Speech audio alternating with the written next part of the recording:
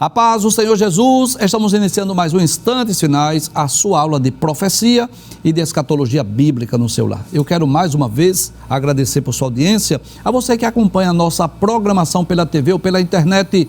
Que Deus te abençoe, que as bênçãos do Senhor Jesus continuem sendo derramadas sobre a sua vida, sobre a sua família. Seja muito bem-vindo aos Instantes Finais. E hoje é um daqueles programas especiais que nós contamos aqui com a presença do professor Saulo Soares para darmos continuidade a esta entrevista abençoada, falando acerca do período da grande tribulação e também acerca da pessoa do anticristo. Lembrando que o professor Saulo Soares, ele é teólogo, ele é escritor, professor de teologia do nosso seminário teológico, e nós já estamos aqui nessa entrevista, nessa série de entrevistas, falando acerca de diversos assuntos escatológicos. Professor Saulo Soares, seja muito bem-vindo ao programa. Muito obrigado, professor Joanildo, é sempre uma alegria estar aqui presente nesse programa tão maravilhoso. O prazer é nosso, professor, é sempre bom tê-lo conosco, a sua presença aqui enriquece o nosso programa, nós temos aprendido muito com o senhor e queremos agradecer mais uma vez pela sua participação. Lembrando também que o professor Saulo Soares, ele é escritor, ele é autor de 3 obras que foram lançados pela nossa editora Bereia. O primeiro que nós queremos mencionar é Israel e a Igreja, ontem, hoje e amanhã, onde o professor Saulo fala acerca da nação de Israel e também acerca da igreja, sobre a sua origem, a sua trajetória, sobre o destino de Israel e da igreja. Esse livro que eu recomendo demais, se você ainda não adquiriu, eu recomendo que você possa adquirir e também fazer a leitura deste livro. Nós já tivemos uma série de entrevistas com o professor Saulo Soares falando acerca desta obra. Também o professor é autor deste livro, É Jesus de Nazaré o Messias, onde o professor Saulo Soares explica, à luz das profecias bíblicas, que Jesus é o Messias esperado pelos judeus, que nós também já tivemos a oportunidade de entrevistá-lo e falar sobre essas profecias messiânicas. Recentemente nós estamos entrevistando o professor Saulo Soares, falando acerca da grande tribulação, o palco do anticristo. Você que ama escatologia, você que gosta de estudar os eventos escatológicos, não deixe de adquirir esta obra. Nos programas anteriores, nós estudamos aí um paralelismo entre as profecias do livro de Daniel e também do livro do Apocalipse. Nós estudamos aqui, por exemplo, o sonho do rei Nabucodonosor, aquela grande estátua que representava os governos, os impérios mundiais. Estudamos também, entrevistamos o professor acerca daqueles animais simbólicos que estão no capítulo 7 lá do livro de Daniel, e também isso fazendo uma alusão às profecias do Apocalipse. O professor Saulo explicou com muita propriedade aqui que o livro de Daniel é conhecido como o Apocalipse do Antigo Testamento. Hoje vamos estudar de forma mais direta, mais específica sobre o governo do anticristo. Professor Saulo Soares, a primeira pergunta que eu gostaria de fazer é, de acordo com as profecias bíblicas, o que é que nós podemos falar acerca do governo do anticristo? Como será esse governo? O que é que as profecias bíblicas falam acerca do governo do anticristo? As profecias bíblicas a respeito do governo do anticristo, elas são mais contundentes já do meio para o final. Sim, senhor. Né? Nos primeiros 3 anos, praticamente a Bíblia, ela não menciona. Não traz muitos detalhes. Porque é o tempo da falsa paz. Sim. Mas a gente pode não especular, mas conjecturar. Certo. Tá? Do meio para frente, quando ele realmente se arvora como um ditador que quer agora governar, aí a Bíblia é mais explícita, como acabamos de ver em outros momentos. Mas primeiro a gente pode dizer, professor Givanildo, que a manifestação do anticristo não é uma manifestação que venha com bufar de tambores, com clarins tocando, com bandeira só. Não. É uma chegada sutil, isto é, sorrateira, para solucionar o grande problema como nós, os pré-tribulacionistas, entendemos. A igreja sobe, no mundo haverá um caos. Por quê, professor Givanildo? Há milhões e milhões e milhões de crente na face da terra. Jesus vai arrebatar os salvos que andam na sua presença. Certo. E acreditamos que serão centenas de milhões. Quando essas pessoas forem arrebatadas, haverá na terra um caos. Quantas empresas perderão os seus empregados? Quantas famílias perderão entes queridos? Quantas pessoas nos próprios serviços militares faltarão os soldados?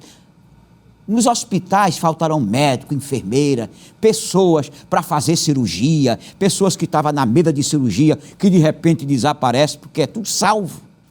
Esse caos que acontecerá vai ter uma repercussão mundial. Sim. Porque há salvos em todos os lugares. Inclusive, nós cremos, professor, que todas as emissoras de rádio e televisão vão parar sua programação. Sim, senhor. Né, para poder divulgar o desaparecimento de milhões de pessoas em toda a Terra, né, em todo o mundo, porque isso é um fato que ocorrerá no mundo inteiro. Então, eu posso dizer assim que na ocasião do arrebatamento haverá um caos no mundo, né? Até porque, por exemplo, haverá muitos desastres, muitos acidentes das estradas. Sim. Porque motoristas que estarão dirigindo seus veículos, seus automóveis, que irão desaparecer, inevitavelmente vai provocar muitos acidentes, né?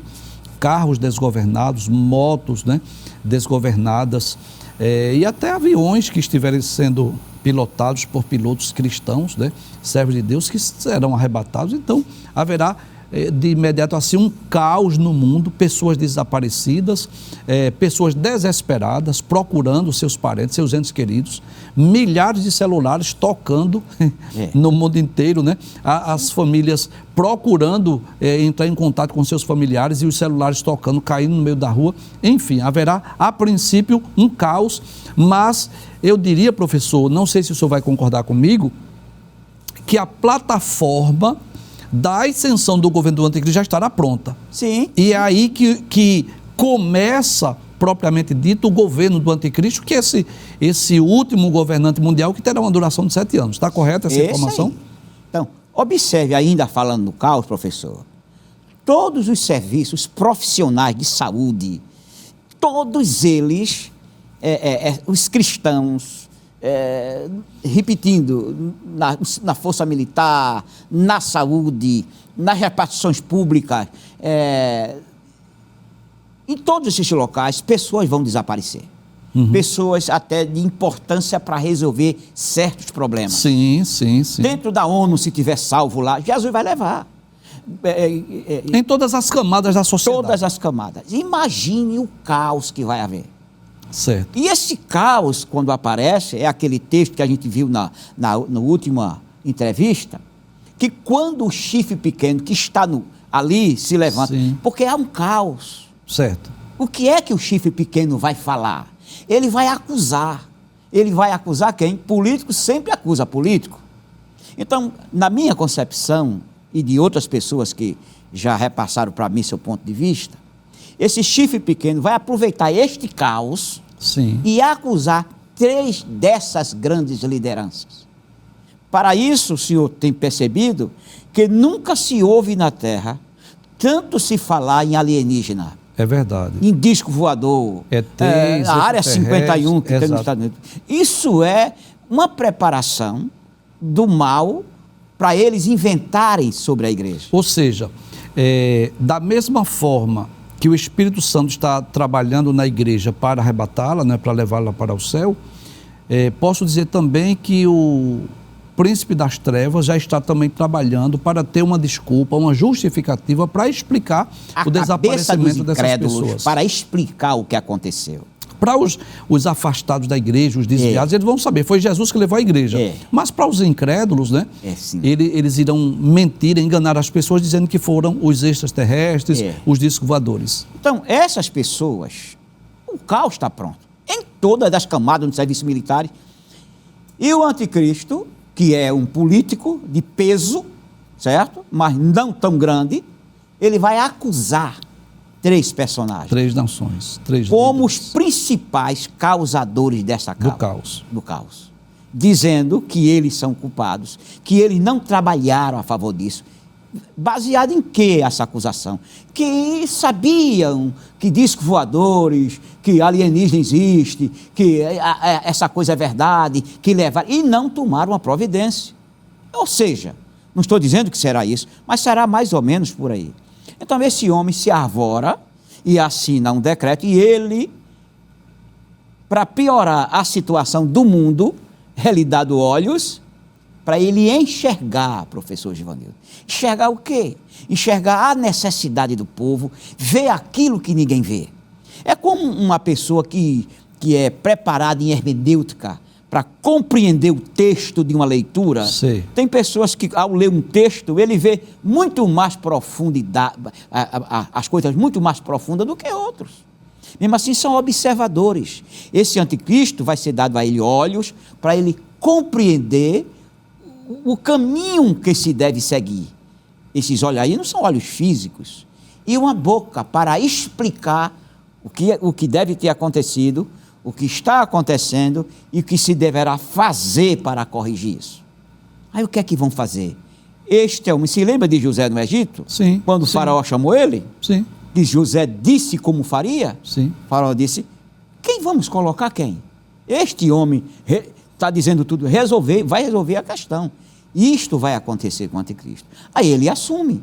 E a primeira coisa que ele vai fazer é organizar. Então ele assume em um momento em que o mundo está um caos, está, vamos dizer assim, em grandes conflitos, vamos dizer assim, né? Eu digo assim, por conta do desaparecimento da igreja, né? E aí que ele surge nesse cenário. E um detalhe, professor, que no capítulo 6 do Apocalipse, o anticristo, ele aparece montado num cavalo branco. Sim. Inclusive, muita gente pensa até que ali é o próprio Cristo, mas na verdade é o anticristo. E aí ele vem exatamente implantar essa falsa paz. Ele vem trazendo uma proposta, né, de paz. Fale um pouco, professor, sobre essa paz que ocorrerá no início da grande tribulação. Sim. Observe, existe alguns tipos de paz. Tem a paz armada, é todo mundo com uma bomba na mão, exato, só é puxar o gatilho e explode. Inclusive hoje é muito comum isso, são os tratados de paz, ou os acordos de paz, que são do cessar-fogo, por exemplo, em que os acordos são assinados, mas os exércitos estão lá com suas armas. Qualquer um que transgredir, começa tudo novamente. E atrás de uma arma poderosa, que é a bomba nuclear. Isso. Cada um que corra para isso. Exato. Então, você tem que ter paz. Então, não há paz neste mundo. Não há paz. A verdadeira paz, quando Cristo estiver reinando. Então, este homem se arvora. Ele diz, não, esconde isso aí. Não, isso não, nós vamos resolver. E o que é que o mundo gosta? Qualquer político, se ele tentar convencer o seu público de que ele vai trazer saúde, nós vamos fazer hospitais, segurança, nós vamos aumentar o grupo de pessoas para tomar conta, de policiais, educação e comida. São 4 coisas. É isto que segura a sociedade no mundo. As promessas de todos os políticos giram em torno desses 4 pontos. Ele vai oferecer segurança, educação, alimentação, e as pessoas vão acreditar nos seus discursos, no seu plano de governo.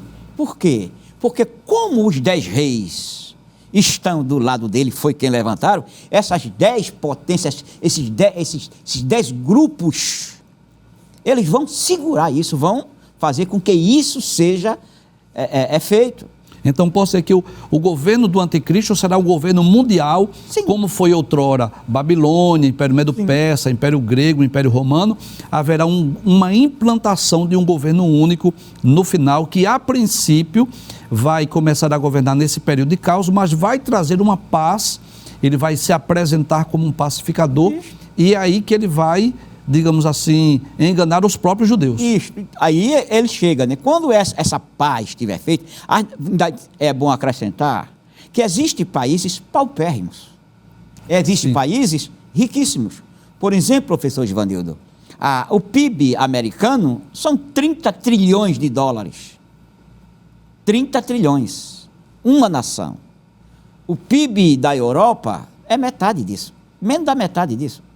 26 a 27 nações com um PIB de 14 a 15 trilhões de dólares. E só os Estados Unidos tem um PIB de 30 trilhões.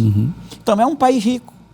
E existe país que o PIB do Estado brasileiro é maior do que o PIB de uma nação.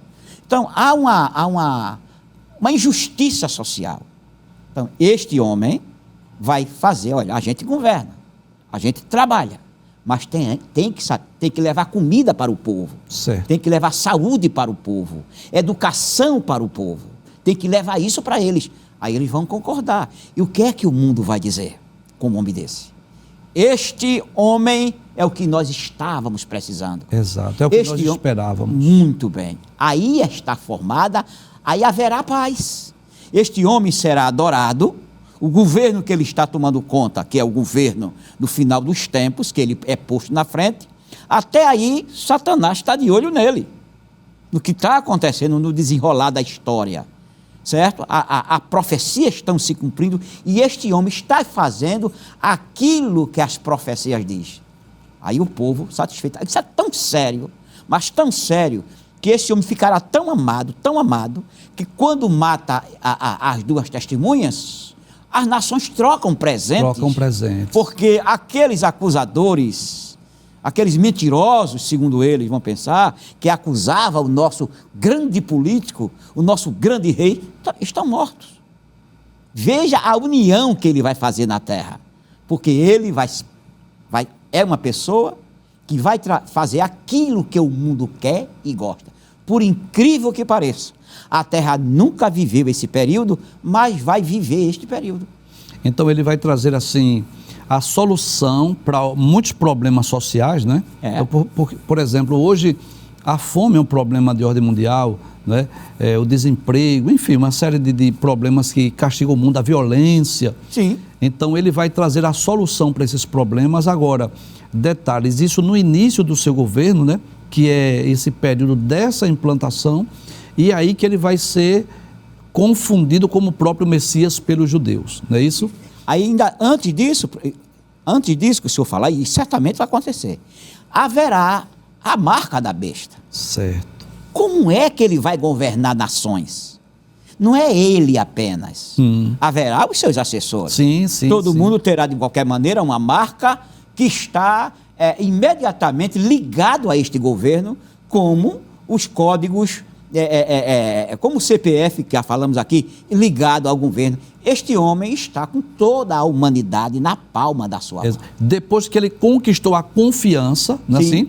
Depois que ele foi ovacionado, aplaudido, reconhecido como grande líder. Quem não quer fazer parte do governo dele? Exato. Então ele terá o apoio. Então, se ele começasse, por exemplo, o governo de uma forma cruel, violenta, então ele seria rejeitado pelo mundo. Mas ele vai trazer, nesse período de caos, ele vai trazer a solução dos problemas que o mundo precisa, e ele vai conquistar o mundo com os seus grandes discursos, né? E aí que ele será. Inclusive, professor, há um detalhe muito importante que a gente pode mencionar, é que após o arrebatamento, haverá sem dúvida esse período de caos, por conta das catástrofes, dos desastres, o desaparecimento de milhares de pessoas, mas semanas depois, em certo aspecto, o mundo estará melhor. Por quê? Por exemplo, quantas casas desocupadas não terão de crentes que foram arrebatados? Então isso vai resolver o problema habitacional. Quantas portas de emprego não serão abertas? Porque muitos crentes foram arrebatados, então as fábricas, as indústrias, o comércio vai precisar readmitir pessoas. Quantos leitos de hospitais estarão desocupados porque os crentes foram arrebatados? Então vai sobrar, digamos assim, nos hospitais leitos, né? Então as filas, por exemplo, do INSS para exames vai diminuir consideravelmente. Logo, isso também será uma forma mais fácil para o anticristo governar. Então ele trará esse pacto de paz, ele trará a solução desses problemas, ele será aplaudido, elogiado, ovacionado e até reconhecido como o Cristo, como o Messias, como o Salvador do mundo, né, para o povo judeu. Justamente. Aí então, professor Givanildo, o mundo está nessa pose. Mas o Deus do céu que não dorme, a profecia se cumpre, tem 144 mil pessoas evangelizando, dizendo, olha, este camarada aí não é o que a Bíblia diz que é o verdadeiro. E para piorar a situação dele, há duas testemunhas. Duas testemunhas. 2 judeus, que o Senhor Deus, ou o Senhor Jesus, vai escolher no final dos tempos, ungí-lo com a semelhança da unção de Moisés e outra com a semelhança da unção de Elias. E estes 2 judeus não são pessoas pequenas no mundo social. Eles são pessoas da alta sociedade. Tanta prova que eles vão trabalhar isso na mídia. Só são 2 pessoas. E eles vão trabalhar na mídia, acusar aquele homem. Imagina como esses homens serão odiados. Numa época em que o anticristo é considerado o salvador da humanidade, 2 homens publicamente na mídia acusando. Vai se opor a ele. Vai dizer assim, olha, não siga esse plano de governo, não aceite a marca da besta. Então, com certeza, serão odiadas essas 2 testemunhas. O que acontece então? O jornalismo faz fofoca contra eles, pelo outro lado exalta o anticristo, que é isso que a maioria de certos jornalistas fazem. E isso já ocorre no mundo hoje, né? Hoje já não se pode mais confiar em um jornalismo sério, né? Sim. Porque hoje, infelizmente, a mídia está comprometida, o jornalismo hoje é comprometido. Quem paga mais, então a mídia, né, o jornalismo vai defender, ainda que aquele governo seja corrupto, vai defender porque ele está financiando aquela emissora de TV, digamos assim. Então isso vai ocorrer também no período da grande tribulação. Aí o que acontece? A própria mídia, que gosta de notícias, são sensacionalistas, vão procurar saber a procedência desse homem. De onde é ele? Aí, de qualquer maneira, de certa maneira, ele vai se identificar como judeu e a mídia vai procurar e vão provar, de certa maneira, vão provar aquele judeu. Até porque, professor, hoje já existe esse estudo das árvores genealógicas, né? As pessoas já fazem isso, já procurando seus ancestrais para saber de qual tribo, quem é judeu, de qual das tribos. Então isso será muito mais fácil no governo do anticristo. Quando ele disser, se descobrir que ele é um judeu, que ele não vai ter vergonha. Ele não é posto por imposição, ele é posto democraticamente. Certo. Foi nações que pediram para ele governar. Não foi uma eleição numa nação.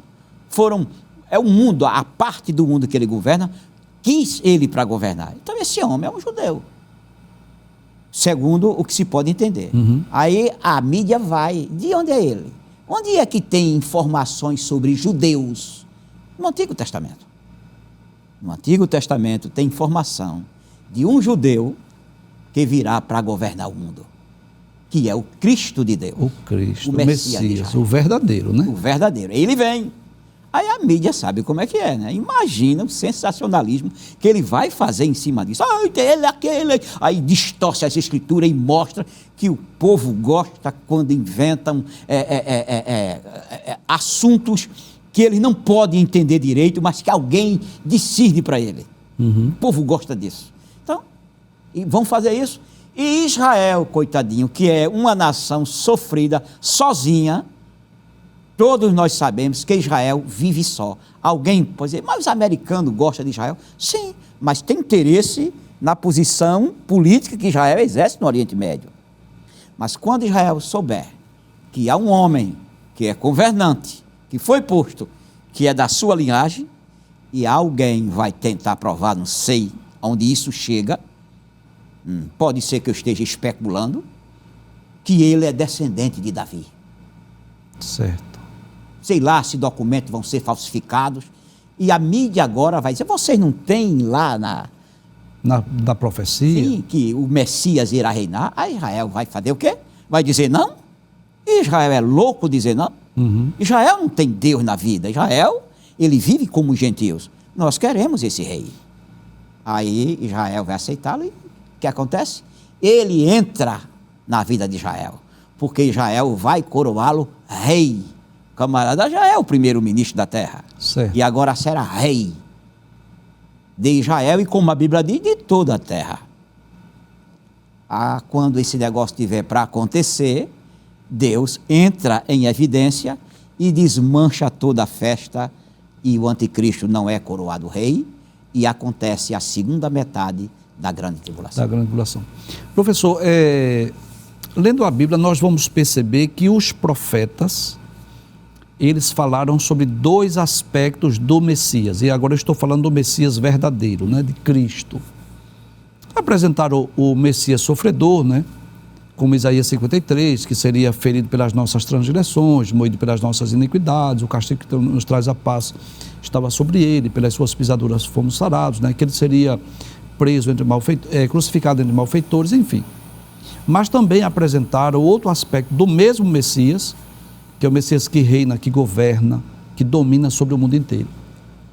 E, analisando as profecias acerca do anticristo, eu posso perceber também que as profecias falam de dois aspectos diferentes.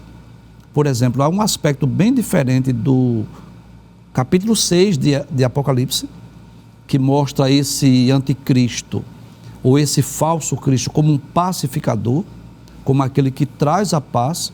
Mas no capítulo de número 13, vai mostrar esse homem feroz, cruel, que aparece como uma besta. Como a gente pode, dentro desse contexto, da pessoa, do governo do anticristo, entender essa dupla profecia? A diferença do falso Cristo, ou do anticristo, do capítulo 6 do Apocalipse e do capítulo 13. O que é que a gente pode entender? Há um velho adágio que diz, isso é certíssimo: dê poder a alguém, ele mostrará quem é. Tá certo? Certo. Agora imagina, na minha visão, todo político ele quer duas coisas: poder para conquistar dinheiro, dinheiro para conquistar poder. São duas coisas que ele não abre mão: poder e dinheiro, dinheiro e poder. Então esse homem, ele vai ser dado a ele poder, dinheiro ele vai ter na mão. Então, e quem está no poder, Givanildo? O homem sem Deus, quando está no poder, ele quer mais poder. Uma certa vez eu conversando com um político, e eu prestando atenção, como ele falava, estava umas 8 pessoas numa sala, e eu de lado, e ele conversando. E ele começou a dizer algumas coisas, e eu fiquei olhando como ele se comportava. Os olhos deles olhavam para os olhos de todo mundo, aí puxava assim o paletó, ajeitava, fazia um ar de riso, como quem diz: estou abafando. Em 8 pessoas, comigo 9, ele estava procurando público para mostrar a sua imagem, que ele sabia falar bem. Certo. Isso é o político, é a conquista das pessoas. E o anticristo vai conquistar, vai ter nome, vai ter poder, vai ter status para isso. E quando aquelas duas testemunhas começarem a criticá-lo, ele nem vai nem se incomodar, porque o político entende disso. Mas é que naquela noite que ele vai ser coroado, mas naquele dia que ele vai ser coroado, o Senhor Deus, que tudo sabe e tudo vê, que conforme 1 Coríntios 12, 6 opera tudo em todos, ele fará com que seu espírito convença os grandes líderes de Israel, não do mundo de Israel. E esses líderes vão se levantar, e no outro dia, na coroação desse homem, vão dizer o quê? Não. Quem vai convencê-lo é Deus. Porque quando Deus peleja pela sua causa, professor Givanildo, não tem quem impeça. Quando chega o momento de Deus, Deus não faz isso, não tem esse negócio não. Deus faz. Se é preciso mandar anjo, ele manda. Se é preciso haver terremoto, tem. O que for, quando chega o momento de Deus resolver, Deus vai fazer como lhe apraz. Então, os israelitas não vão aceitá-lo como rei. Ele já tem sentado no trono, mas imagina, já tem sido bajulado como rei, os documentos assinados como rei, ele vai reinar, é somente o que vai fazer a festa que vão para tornar ele rei. E isto, quando for acontecer, não. Este homem vai fazer o quê? Reage. Todo o mal que está nele, que até aquele momento só fazia o bem, e a cada dia que fazia o bem, visando mais poder, se arvora como homem mau, manda matar as duas testemunhas. Essas duas testemunhas, professor, Não podemos especular, dizer que é Moisés e Elias, nem Enoque e Elias, mas são personagens que vão surgir no futuro, no período da grande tribulação. E para piorar a situação, no capítulo 12 do Apocalipse, até o versículo 5 é passado. Do versículo 5 ao versículo 6 é um espaço de tempo. No versículo 6 em diante, o Senhor observa o que acontece. Há uma perseguição a Israel. Isso. Então, este homem, que manda matar as duas testemunhas, agora se levanta contra a nação, a nação de Israel. Vai perseguir quem? Todas as pessoas que estavam do lado das duas testemunhas. Quem são eles? Judeus ortodoxos. Aqueles do chapéu preto, daquela barba, aquelas pessoas vão ser inimigos dos judeus. É por isso que a Bíblia diz que ele persegue essas pessoas, mas no capítulo 12 diz que a terra os engoliu, protegeu, e ele não consegue atacar esses judeus. Aí ele vai atrás de perseguir o restante do povo dos judeus e aqueles que detêm o nome de Jesus. Então, a perseguição final, ferrenha, está voltada nessa mudança de caráter, não, que o caráter dele está embutido. Nessa mudança de agir do mal para o bem, do bem para o mal, é na rejeição dele como Messias de Israel. Então, quando ele é rejeitado como Messias, né? Quando os judeus entendem que esse não é o Cristo, esse não é o Messias, então aí começa a perseguição aos judeus, né? Professor, existe uma profecia lá de Daniel, capítulo de número 11, que fala em certo aspecto acerca de Antíoco Epifânio, né? Que chegou a profanar o templo, oferecendo uma porca, né? E acredita-se também que o anticristo vai também profanar o templo lá em Jerusalém. Tem alguma base bíblica para isso? Observe, nós sabemos que já houve 3 templos, 2. Né? O primeiro de Salomão, Herodes começou veio de Zorobabel, né? Zorobabel, sim. E foi aumentado por Herodes. A gente pode dizer que são 2, porque sim. O primeiro foi construído e o segundo foi aumentado, que é o terceiro templo onde os romanos derrubaram. Então, esse templo que vai voltar é o templo do anticristo, não é o templo do reino milenar. Isso, o templo do reino milenar seria o quarto, né? Então, o primeiro foi construído por Salomão, o segundo por Zorobabel, que este segundo foi restaurado por Herodes, né? Que era o que estava erguido nos dias de Cristo. Foi derribado no ano 70 da era cristã. Sim. Hoje os judeus não têm o templo, tem apenas o Muro das Lamentações.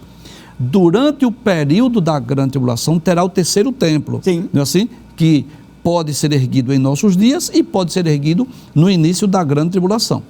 E o templo do reino milenar já seria o quarto templo, correto? Não. O templo do anticristo pode ser erguido em qualquer lugar. Qualquer lugar. Seja que seja dentro de Israel. Certo. Porque esse templo será derribado. Certo. Todas essas coisas serão destruídas quando já vier em glória. Então esse templo é o templo que todos os judeus trabalham para ele ser levantado.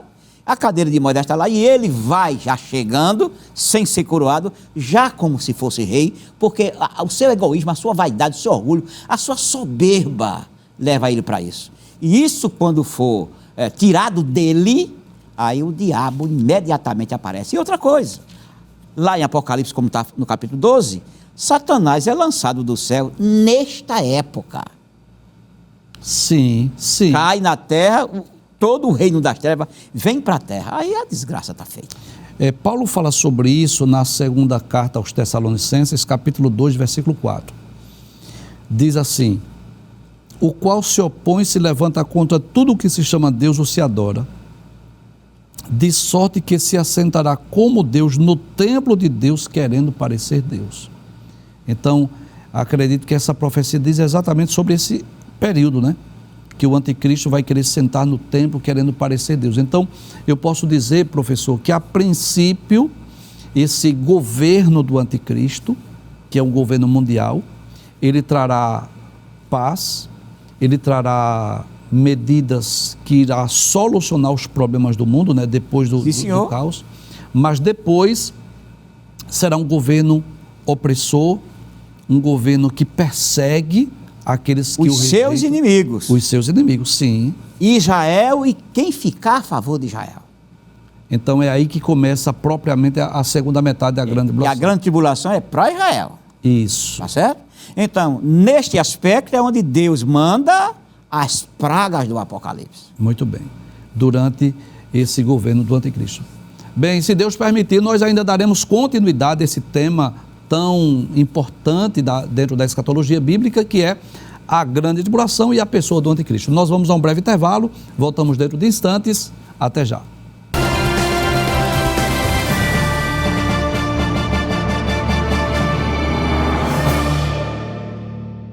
Estamos de volta com o programa Instantes Finais e nesse momento nós estaremos respondendo perguntas, lendo mensagens, enviando saudações e eu quero mais uma vez, em nome de toda a equipe da Rede Brasil, com exclusividade da equipe que coopera conosco aqui nos Instantes Finais, agradecer por sua mensagem, pelos elogios, mas também agradecemos por sua crítica, opinião e sugestão.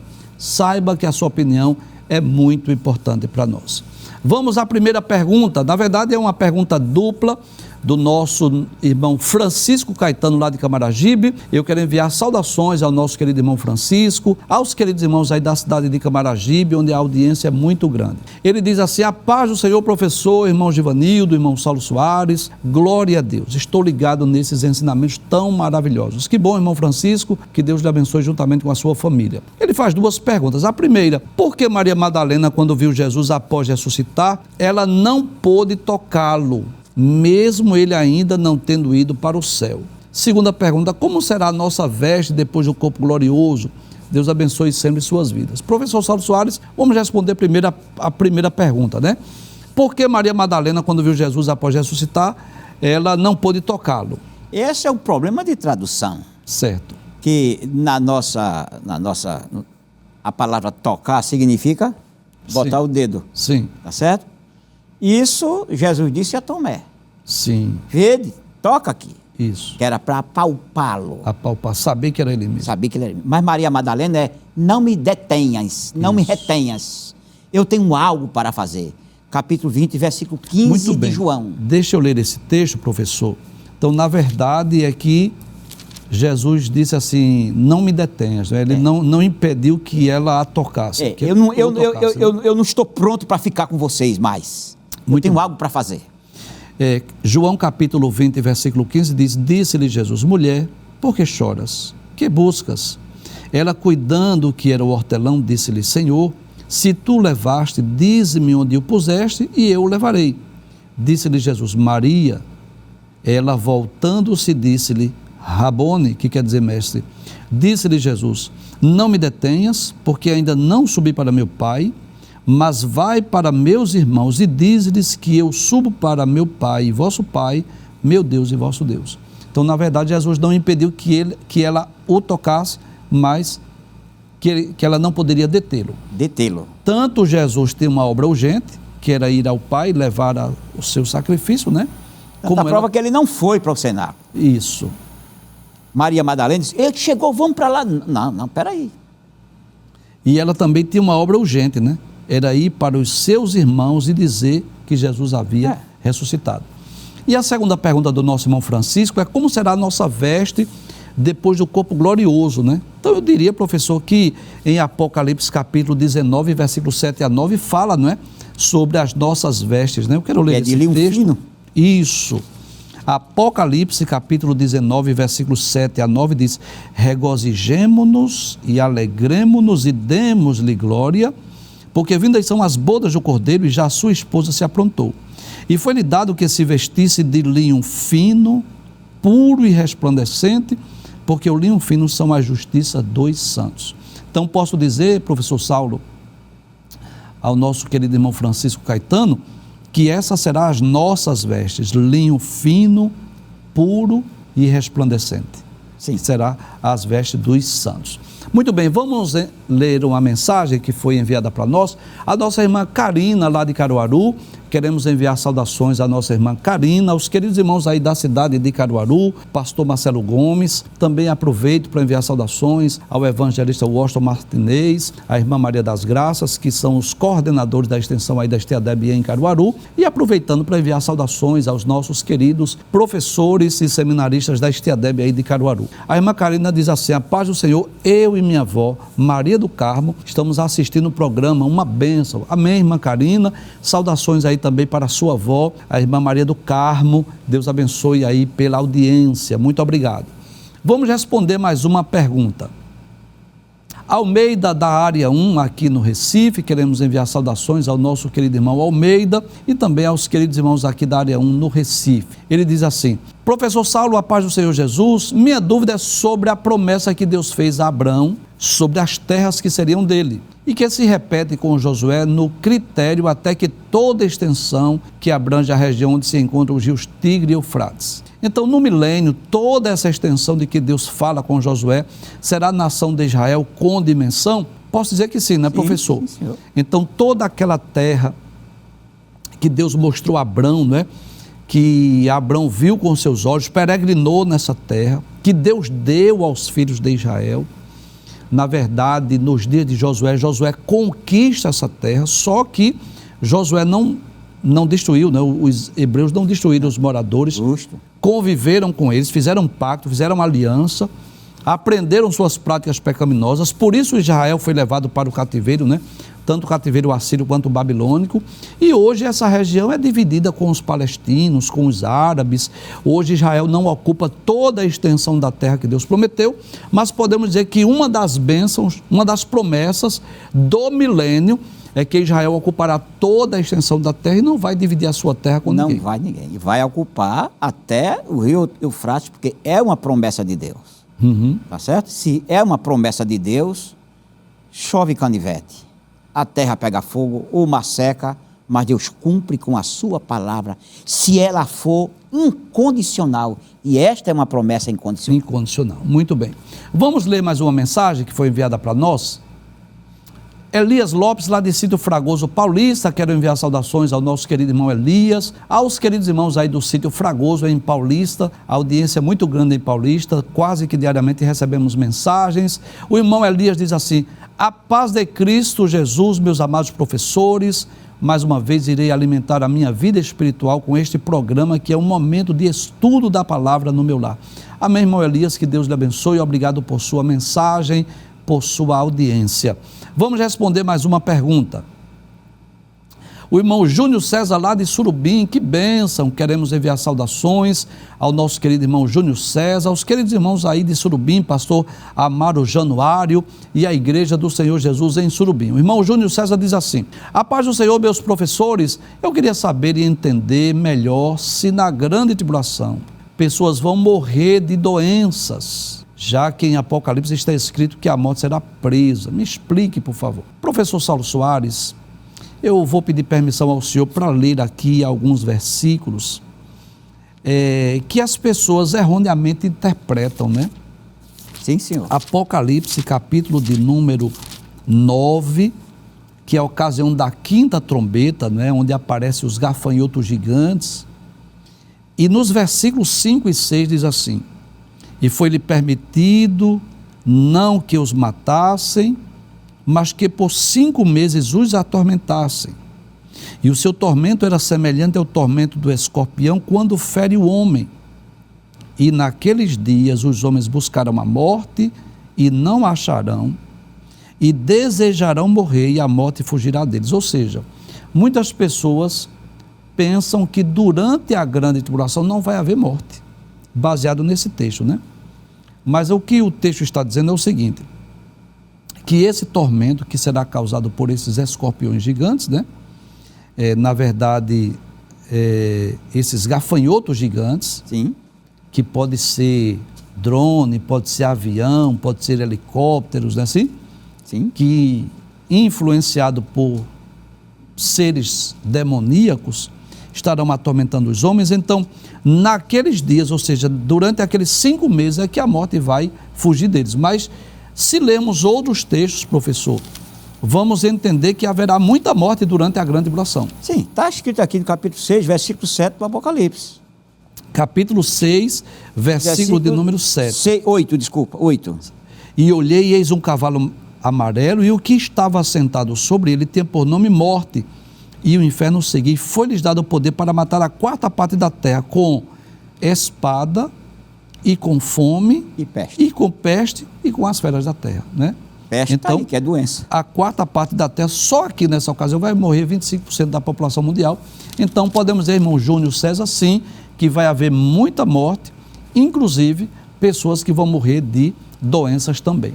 Muito bem, vamos ler mais uma mensagem que foi enviada para nós, desta feita da irmã Rebeca, lá de Socorro 1, área 15, lá em Jaboatão. Queremos enviar saudações à irmã Rebeca, aos queridos irmãos aí de Socorro, de Jaboatão dos Guararapes. Aproveitamos para enviar saudações ao nosso querido pastor Paulo Cristóvão, que é o pastor aí de Jaboatão, e toda a igreja de Jaboatão. Inclusive, temos aí uma extensão da Estiadeb, aí em Jaboatão dos Guararapes, bem próximo à estação do metrô. E aproveitamos para enviar saudações aos nossos queridos irmãos que estudam aí na nossa extensão da Estiadeb em Jaboatão.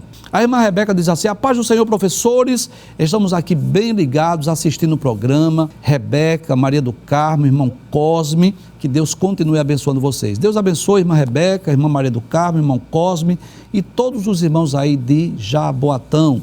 Deus abençoe. Vamos responder mais uma pergunta. Luiz Carlos, lá de Águazinha 2, área 71, queremos enviar saudações ao nosso querido irmão Luiz Carlos, aos queridos irmãos aí de Águazinha 2. Aproveitamos também para enviar saudações ao nosso amigo evangelista Wellington Almeida, que é o coordenador da área 71. O irmão Luiz Carlos diz assim: a paz do Senhor. Professores, gostaria de entender Lucas capítulo 12, versículos 49 a 53. Os senhores podem me explicar? Professor Saulo, eu vou pedir permissão para eu ler esse texto. Sim, senhor. E o senhor explicar aí para nós, né, com exclusividade do irmão Luiz Carlos, o que Jesus quis dizer em Lucas capítulo 12, versículos 49 a 53, que fala exatamente sobre Jesus traz fogo e dissensão à terra, né? Eu diria, professor, que esse texto aparenta ser até contraditório, né? É. Porque Jesus é o príncipe da paz, mas Jesus diz assim: vim lançar fogo na terra, e que mais quero se já está aceso? Importa, porém, que eu seja batizado com um certo batismo, e como me angustio até que venha a cumprir-se. Cuidais vós que vem trazer paz à terra? Não, vos digo, mas antes dissensão. Porque daqui em diante estarão 5 divididos numa casa, 3 contra 2 e 2 contra 3. O pai estará dividido contra o filho, e o filho contra o pai, e a mãe contra a filha, e a filha contra a mãe, a sogra contra a sua nora, e a nora contra a sua sogra. Professor Saulo Soares, o que é que podemos responder, irmão Luiz Carlos? Jesus veio trazer fogo e dissensão à terra. E ele disse: já está aceso. Já está aceso. A mensagem de Jesus era como fogo na Palestina ou em Canaã, quando ele evangelizava. O fogo já está aceso. E ele vai se alastrar por toda a terra. Como foi que acendeu? A mensagem de Cristo. O evangelho é o fogo que está aceso. Não é apenas fogo espiritual, é o fogo de dissensão, o fogo que causa divisão, como nós vamos ver. Importa, porém, que eu seja batizado com um batismo. O batismo que ele ia ser era a morte. A morte. Não é assim? Com um certo batismo. E como me angustiou até que cumprisse? Não é que ele estava angustiado porque ia morrer. Não, ele estava angustiado porque não tinha acontecido ainda, ele queria logo, porque se Jesus veio morrer voluntariamente, ele queria fazer isso rápido, que as pessoas até pensam, professor Givanildo, que Jesus tinha medo de morrer. Não, ele queria salvar o homem. O amor que ele tem ao ser humano é maior do que a angústia da morte.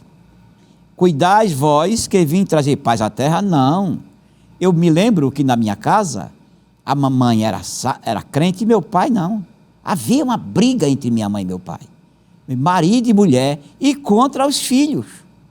E ele não queria que os filhos fossem crentes. Então, eu experimentei isso dentro da casa dos meus pais. E muitos cristãos vivem essa realidade, né, professor? Sim. Que às vezes a pessoa se converte e os próprios pais se revoltam, os filhos, ou os irmãos, os amigos. Sim. Ou seja, a partir do momento que alguém crê em Cristo e o recebe como Salvador, ele deve estar pronto para enfrentar conflitos, muitas vezes até dentro da sua própria casa. É por isso que ele diz: os lares estarão divididos.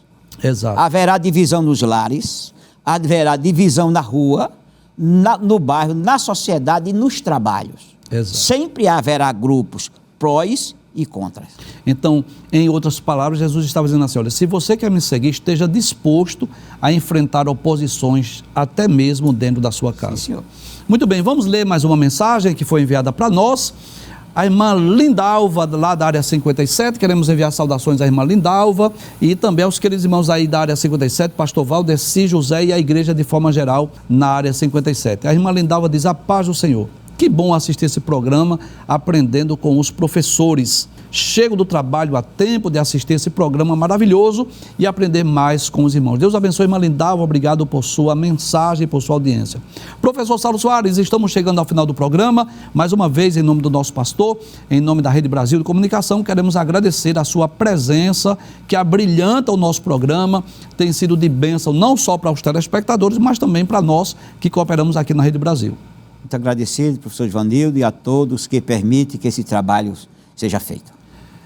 Lembrando que nas segundas e terças-feiras nós continuaremos com a temporada Atualidade da Mensagem dos Profetas Maiores, e essa entrevista com o professor Saulo Soares, ela é exibida nas quartas-feiras às 21h30 e aos domingos às 17h30.